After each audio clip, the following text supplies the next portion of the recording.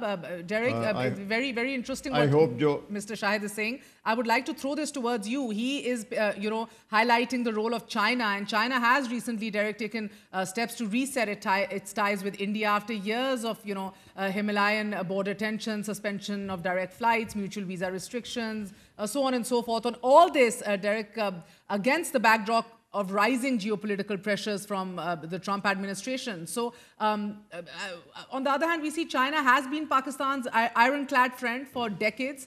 What do you feel? Is Beijing going to try to walk a very fine line or step in as a mediator during the current crisis? Yeah, so I think China's natural inclination is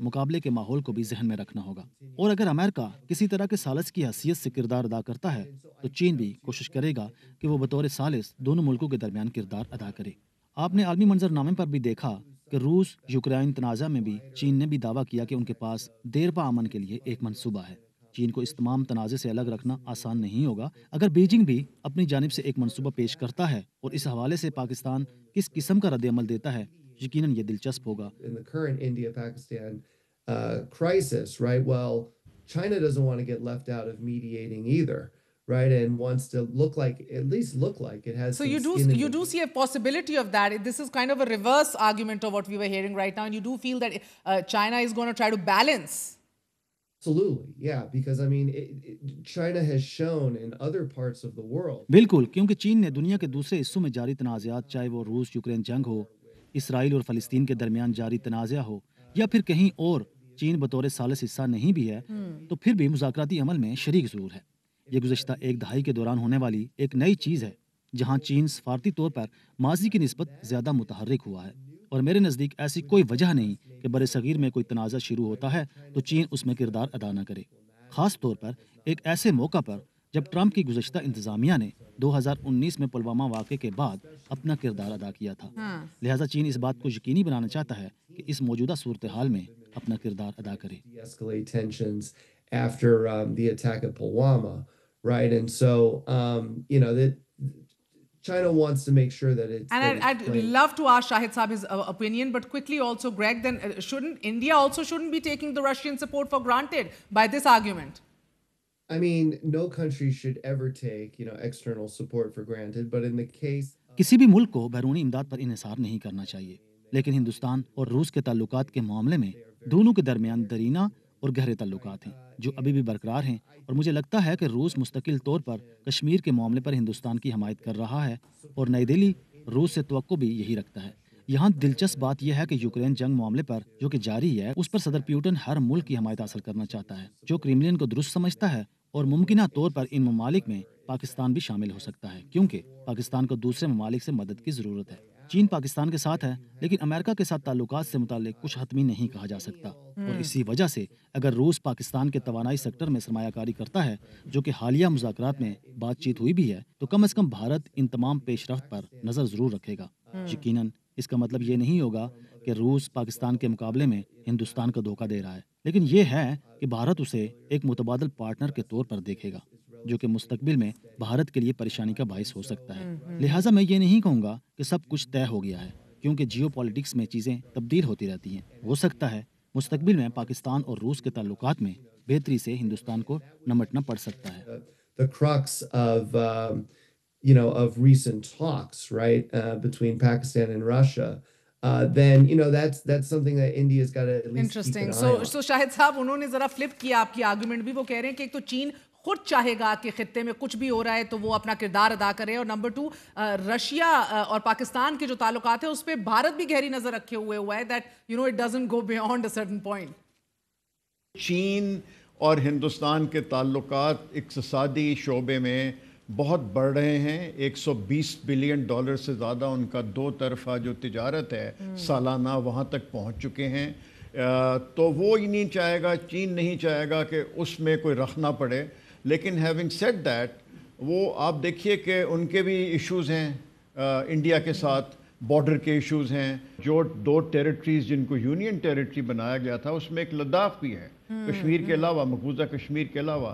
سو لداخ اور چین اور India کو اگر آپ دیکھیں تو اس لحاظ سے کسی حد تک چین کا بھی ایک سٹیک بنتا ہے کہ اس خطے میں جو ہے امن آئے، اور ایک بارڈر کے اوپر انڈین فورسز جو ہیں وہ چین کو فیس کر رہی ہیں، ایک بارڈر انہوں نے ہمارے لیے رکھا ہوا ہے، تو جس میں ہندوستان کی فوجیں جو ہیں اپنے ویسٹرن بارڈرز پہ ہماری طرف ہیں۔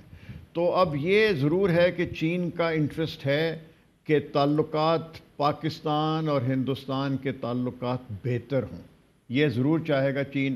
اس کے لیے انہوں نے ثالثی کی بھی پیشکش کی ہے، لیکن ساتھ ساتھ یہ بھی کہا ہے کہ اگر حالات اس نہج تک پہنچتے ہیں، اس لیول پہ پہنچتے ہیں کہ اگر پاکستان کی سالمیت کو خطرہ ہے تو چین بھرپور طریقے سے پاکستان کا ساتھ دے گا. بے شک یہ چیز جو ہے یہ امریکہ کو بھی اس کا خیال ہو گیا ہے, ہندوستان کو بھی اس کا پتہ ہے. سو میرے خیال میں ہمیں اس چیز کو سوچ لینا چاہیے کہ ہمارے ساتھ کوئی تو ملک کھڑا ہے پورے طریقے سے. باقی جو باقی ممالک ہیں انہوں نے تو ایک اپنی بیلنسنگ سٹیٹمنٹ دی ہے. China has gone beyond that. China نے کہا ہے کہ ہم چاہتے ہیں کہ دونوں ممالک کے تعلقات ٹھیک ہوں, لیکن اس کے ساتھ ساتھ انہوں نے ایڈ کیا ہے کہ پاکستان کے ساتھ ہم ہمیشہ کھڑے ہیں چاہے کچھ بھی ہو جائے. اور شاید صاحب آپ کو نہیں لگتا کہ انٹرنیشنل انٹرونشن جو ہے وہ اب اتنی مؤثر نہیں رہی جتنی ماضی میں ہوتی تھی؟ انفارچونیٹلی ایک نیو نارمل جو ہے ہمارا, نیو آرڈر جو ہے دنیا کا, وہ سیمز ٹو بی کہ یونیلیٹرل ریکلیسنس ہے. چاہے آپ اسرائیل کی بھی دیکھ رہے ہیں, ادھر بھی دیکھ رہے ہیں, تو چڑھ دوڑو کر دوڑو دیکھا جائے گا. اکاؤنٹیبلٹی اینڈ انٹرنیشنل انٹرونشن اب وہ وزن نہیں رکھ رہا. جی بالکل آپ صحیح فرما رہی ہیں, اس میں وہ بات نہیں رہی. اب تو یہ ہے کہ اپنے لیے آپ نے خود ہی کرنا ہے جو کرنا ہے. تو اور اس کے ساتھ ساتھ ہمیں انحصار بھی نہیں کرنا چاہیے اوروں کے اوپر کہ آ کے ہماری طرف سے وہ کسی سے بات کریں گے یا کسی کو یہ کنونس کرنے کی کوشش کریں گے کہ آپ پاکستان کے ساتھ بات کریں. اور اس میں اپنے قریبی جو ہمارے مسلم برادر ہیں ان کو بھی شامل کروں گا. کچھ اخباروں میں آ رہا تھا کہ ان سے کہا جائے کہ وہ اپنا رول پلے کریں. انہوں نے جو رول پلے کیا ہے ابھی تک یا کر رہے ہیں وہ ہمارے سامنے ہے, تو ہمیں اس پہ انحصار نہیں کرنا چاہیے. کسی اس قسم کی انٹرونشن پہ ہمیں اپنے بلبوتے پہ کھڑا ہونا چاہیے. اور ہم اس قابل ہیں مہر, ہم اس قابل ہیں کہ ہم ہندوستان کو ایک بھرپور قسم کا جواب دے سکیں اگر وہ اس قسم کی کوئی جارحیت کرتا ہے پاکستان کے خلاف. اور اسی وجہ سے جو آپ کا شروع کا سوال تھا, اسی وجہ سے میں سمجھتا ہوں کہ اس جو جنگ کا ایک خطرہ ہے میرے خیال میں, یعنی جنگ, بڑے پیمانے کی جنگ, وہ مجھے نہیں لگتا کہ ہندوستان اور پاکستان کے درمیان ہو سکے گی یا ہوگی. اوکے, سو یو تھنک کہ وہی جس طرح کل رانا ثناء اللہ صاحب بھی کہہ رہے تھے, ہم ایک میزائل اٹیک ایکسپیکٹ کر رہے ہیں کسی بڑے شہر میں, لاہور, سیالکوٹ, کہیں میزائل اٹیک یا کسی بیس کو اپنے تئیں جو یہ کام کریں گے, یو تھنک؟ اب دیکھیے رانا ثناء اللہ صاحب کے پاس ضرور کوئی ایسی انفارمیشن ہے جو میرے پاس تو نہیں ہے, اور کچھ اور وزراء کے پاس بھی ایسی ہے جو ان کے بیانات میں نے سنے ہیں.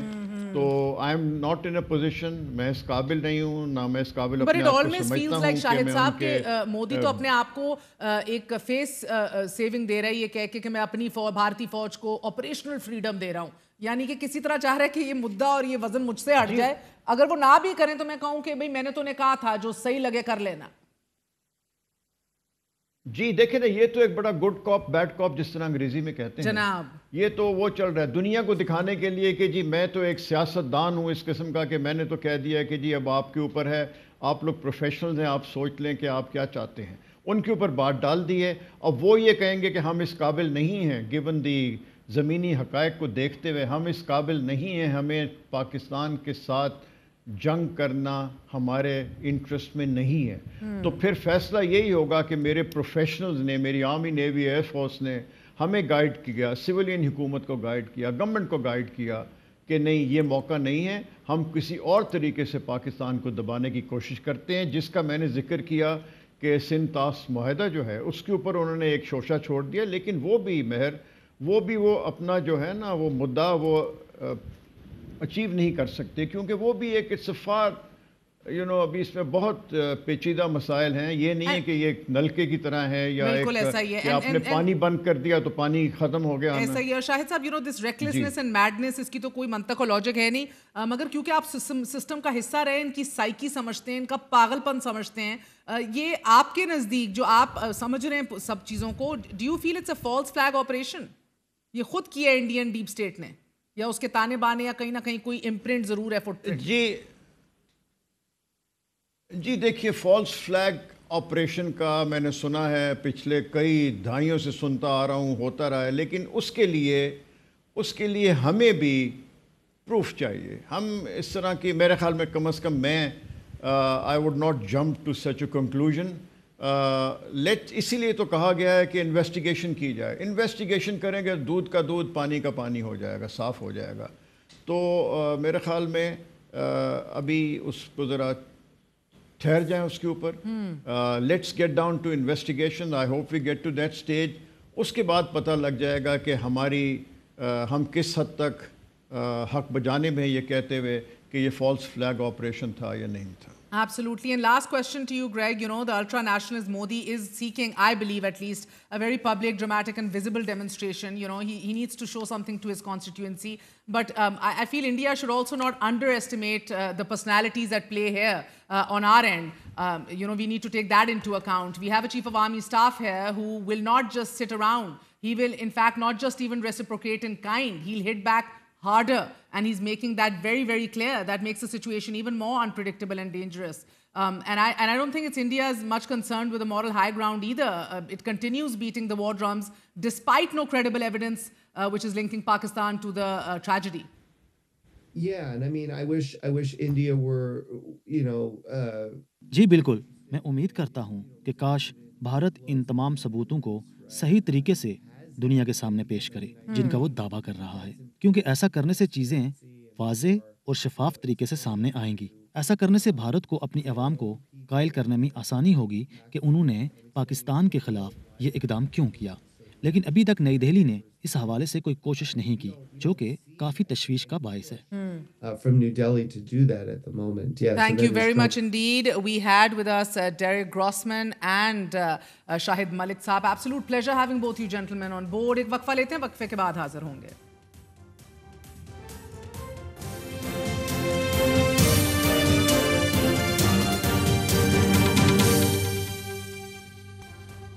بھارت کے ساتھ جاری کشیدگی کے اثرات ملکی سٹاک مارکیٹ پر رونما ہو رہے ہیں.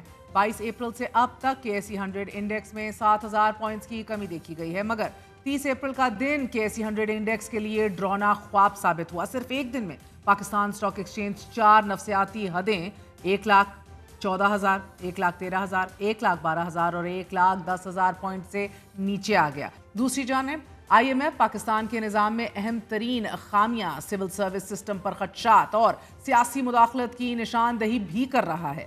IMF کا یہ موقف ہے کہ پاکستان میں سول سروس تقرریوں میں سیاسی مداخلت ہے, کمزور ادارہ جاتی احتساب اور منقسم فیصلہ سازی سے بدعنوانی کے خدشات ہیں. اور اب جبکہ پاکستان IMF پروگرام کا حصہ ہے, IMF ادارہ جاتی اصلاحات پر زور دے رہا ہے, تو ایسے میں ٹیکس اکٹھا کرنے والے ادارے سے متعلق کاروباری برادری اور متعلقہ وزارتوں کے حکام FBR اور FIA کی جانب سے بے جا ہراساں کرنے پر تشویش کا اظہار کر رہے ہیں. وزیر اعظم کے معاون خصوصی ہارون اختر خان کی زیر صدارت ریاستی حکام کی بے جا مداخلت کی روک تھام سے متعلق اجلاس ہوا, اور اجلاس میں تاجر برادری نے FBR, FIA اور صوبائی محکموں کی جانب سے غیر ضروری مداخلت سے متعلق معاون خصوصی کو الرٹ کیا, شکایات کا انبار لگا دیا. دوران اجلاس ناظرین ہارون اختر نے یہ کہا کہ اتفاق سے جب FBR کے افسران سے ان کے خلاف شکایات کا جواب مانگا گیا تو انہوں نے یہ بتایا کہ FBR اصلاحات اور ریفارمز جاری ہیں اور شکایات درج کرانے کا ڈیجیٹل نظام بھی قائم کیا جا رہا ہے, کہ جہاں FBR سے متعلق تاجروں اور دیگر طبقات کو شکایات ہیں, وہیں اس حوالے سے ایک اہم ترین خط بھی سینٹ سیکریٹریٹ جو ہے وہ پہنچا دیا گیا ہے, اور اس خط میں FBR کے ریسنٹلی انیکٹڈ SRO کے تحت تمام تر تفصیل دی گئی ہے کہ کس طرح نہ صرف ڈسکرمنیشن ہو رہی ہے, ہراسمنٹ ہو رہی ہے, کس طرح جو یہ نئے رول بیس سسٹم متعارف کرایا گیا ہے یہ پالیسی انسینٹیوائز نہیں کرتی کارکردگی اور پرفارمنس کو, بلکہ بیوروکریٹک ایپرتھائٹ کو انسٹیٹیوشنلائز کرتی ہے, ہیوز اور ہیوز ناٹس میں تفریق کرتی ہے, کرٹیکل اسٹیٹ انسٹیٹیوشن FBR کے اندر مورال کو پوائزن کرتی ہے, اور کس طرح یہ ریزنٹمنٹ اور کو بریڈ کرتی ہے اور فنڈامنٹلی انڈرمائن کرتی ہے principles of fairness and equality. اس حوالے سے آپ کو ڈیٹیلز دیتے ہیں. ناظرین, گزشتہ ہفتے سے FBR ملازمین میں اپنے ہی ادارے میں رائج متعدد پالیسیوں کے خلاف بے چینی پائی جا رہی ہے. گزشتہ ہفتے FBR ملازمین نے ملک بھر میں احتجاج کیا. ایک ادارہ, 2 دستور, نامنظور, نامنظور کے نعرے لگائے گئے اور قلم چھوڑ ہڑتال کی دھمکی دی گئی. مظاہرین مطالبہ کر رہے ہیں کہ گریڈ 17 سے گریڈ 22 کے افسران کو جو مرات الاؤنسز اور اضافی تنخواہیں دی جاتی ہیں وہ ہمیں بھی دی جائیں, اور اگر ایسا نہ کیا تو قلم چھوڑ ہڑتال کر دی جائے.